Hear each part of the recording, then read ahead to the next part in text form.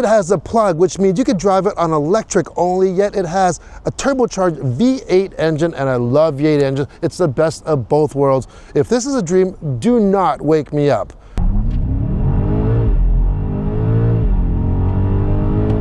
Okay, spoiler alert, this is one of the best BMWs I've ever experienced. It's the brand new BMW M5, and yes, it has a plug.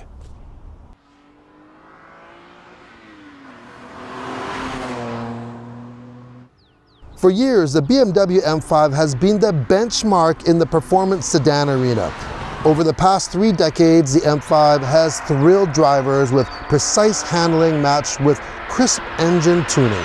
This 7th gen M5 continues the tradition, not only adding size and power like most evolutions of a model, but the addition of a plug-in hybrid powertrain as well. Now don't worry though, the new M5 still retains that beautiful 4.4-liter turbocharged V8, which alone produces 553 horsepower. But when you match it to BMW's 5th generation electric drive, you get a total of 717 horsepower and 738 pound-feet of torque. Now, power is going through an 8-speed automatic transmission on this M5, and all M5s come standard with BMW's eDrive system, which is their all-wheel drive system. By default, though, M5s are mainly rear bias-driven vehicles, which really encourages more dynamic driving and handling for sure. Now, that eDrive really does help putting all that power down to the ground, giving you maximum traction. However, it does really help for handling as well. You also have an M differential on here as well. You do get 4-wheel steering, so the rear wheels do turn, not a whole bunch, 1.5 degrees. It's not like you're going to notice it doing U-turns, but it does make the vehicle feel a lot more nimble than what it is. This is a fairly large vehicle. And if there's any type of turbo lag, this electric system will really pick that up at the beginning. So this is kind of really a performance plug-in hybrid, but you can still take advantage of the efficiency of a plug-in hybrid. For example, they have an M hybrid button and different settings. You get Dynamic Plus, Dynamic, regular hybrid, which is, is pretty self-explanatory. But if I go into electric, okay, now I look on my display here and it's all blue and we are just driving electric. And the nice thing though is that it's not an e-axle. There's not an electric motor directly driving the wheels. This is actually still going through the proper drivetrain. So we're going through the drive shafts, the transmission, it's gearing down right there. All right, so this is what I love. A lot of times for a plug-in hybrid, you have to pussyfoot your way around so it doesn't turn on the gas engine. I'm at a stop right now. I'm not gonna floor it, but I'm gonna accelerate briskly. All right, so enough torque, enough power. Okay, that is to 60 miles an hour, no issue at all. Now this is, seriously, I don't know how long that was, probably like, 6, maybe 7 seconds, but guess what? We weren't flooring it or anything, and that's the beauty of it. You can really take advantage of this electrical system, this plug-in hybrid system, and use it all the way to the max without that gas engine coming on at all. It even kicks down the transmission, which is great. So you feel like you're just driving a regular car. Man, that guy is really, really going wide there. I want to accelerate again. You can hear it gear down. Now, if I really need the passing power right away, if I put it to the floor, you know what's gonna happen. There you go, okay. That's a little bit of a delay, but guess what? This engine has not even been run at all today. That was the first time. Now it's gonna go through its drive cycle, and even if I go into my hybrid select, I cannot choose electric at this point right now because it has to actually warm the engine up, and that's totally understandable. It's going to drive as a hybrid, and which is great. So you're going to still get that instant torque right off the line, and if you really want more power, just press that pedal. In the new M5, on the left paddle, it says boost. Not only is this for shifting down gears, but if I hold it, it's going to go and override everything, regardless of what mode I'm in, whether I'm in M1, M2, Dynamic Plus, Hybrid, Electric. When I hit boost, it's gonna give me 100% of everything right away. So I'm gonna hold it, and it says boost. And it does boost. Oh boy, this thing is quick. It feels good, it sounds good, it's intoxicating. And guess what? If I go back into electric, now we just hear a little bit of drivetrain and the wheels. That's it. It's great. Getting back to efficiency, you know, at a full charge, this will charge at home. It does that at 32 amps. It'll actually charge us in just over 2 hours on my level 2 charger, which is extremely quick. We had that Mitsubishi plug-in hybrid, which is the Outlander. We had that for almost a year. Worked very, very well, but you know, that was rated like 3.3 kilowatt charging. So to charge roughly the same size battery, that was taking 6 hours. This is only, it's taking like 2 to 2.5 hours of time. And with that, you are gonna get anywhere. It's rated at 40 kilometers, but it all depends how you drive.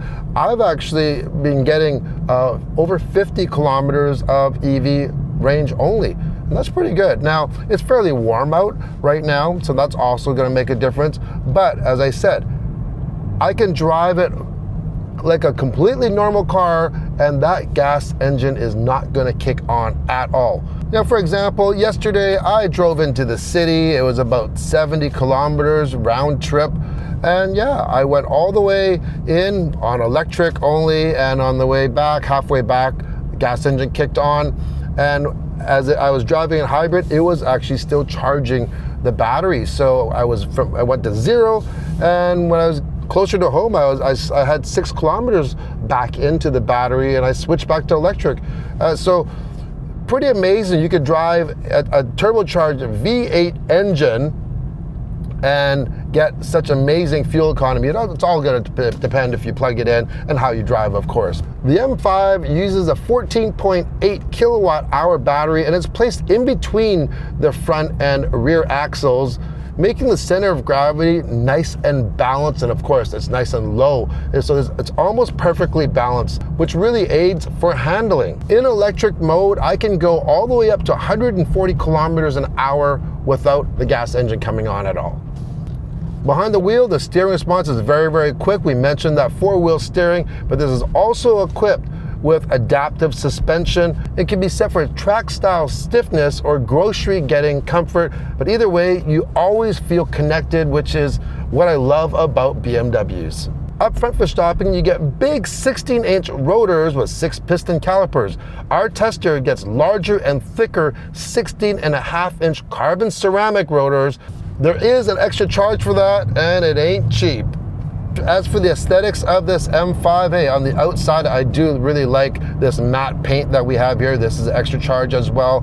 But even the wheels, you know, these are staggered wheels. Not only are the wheels larger in the rear, but the vehicle is actually a little bit wider for the rear track as well. And it has a really nice stance to this, which I think the M5 really needs, because I think that the regular 5 Series is it's a little bit on the bland side for styling, but this also has the carbon fiber package. As you can see, the carbon fiber mirrors. We even have all carbon fiber interior, but this roof, we don't have a panel roof here because it's a carbon fiber roof, and the benefit of this is weight reduction. This saves a lot of weight for sure. On the inside, we have all the tech that you could imagine, the head-up display, the big curved widescreen, wireless Apple CarPlay, Android Auto. We have these beautiful red leather seats.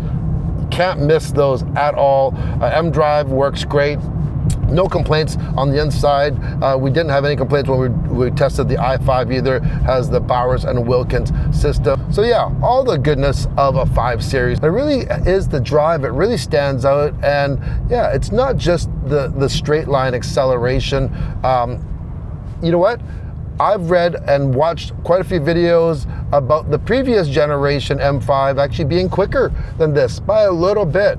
And that could be very true, because this here is about 500 kilos heavier, because you have electrical components and you have the big battery system, and that's going to add weight and makes it a little bit, slower. But it really makes up for it for the drivability, how easy it is to drive, and the fact that, hey, we got some burbles going on there.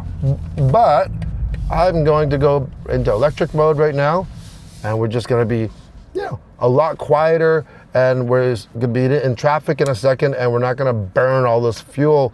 Hey, it's going to be more money for a nice lunch or something. You see, I just scooted around that corner because traffic was oncoming. Gas engine did not kick on at all. Just wanted to show you that. It's just, I've driven so many plug-in hybrids, and you seriously feel like you're just so gingerly pressing that accelerator, because it's a fine line to balance, and just once you get over that threshold, boom, the gas engine kicks on, and hey, there you go, there goes your fuel economy, right? Not the case with this guy right here. Now, if you live like near an autobahn for high-speed runs, or maybe some around some nice twisty mountainous roads, like maybe in like California or something, I envy you so much. Because if you have a car like this, it is just going to eat up all of that. You'll just eat up miles of highway on at high speed on the Autobahn. But this thing just will handle so nicely, for a big, heavy car. Once again, it just drives, smaller, not small, but smaller. It just gives you so much confidence when you're driving this thing. I just absolutely love it. If I could afford one of these, I would probably consider buying one.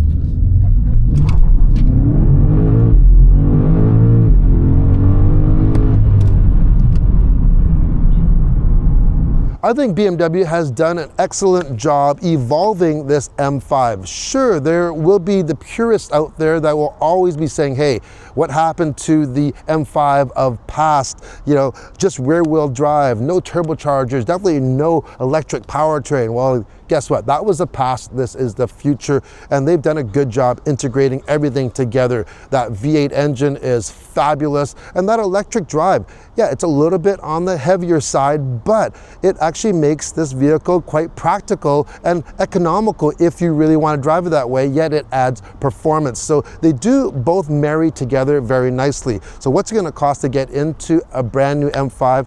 As tested, this one in Canada is going for $160,000. It's not cheap, but there are some pretty expensive upgrades on here that you can actually take off if you want to save some money, like the carbon ceramic brakes are $10,000.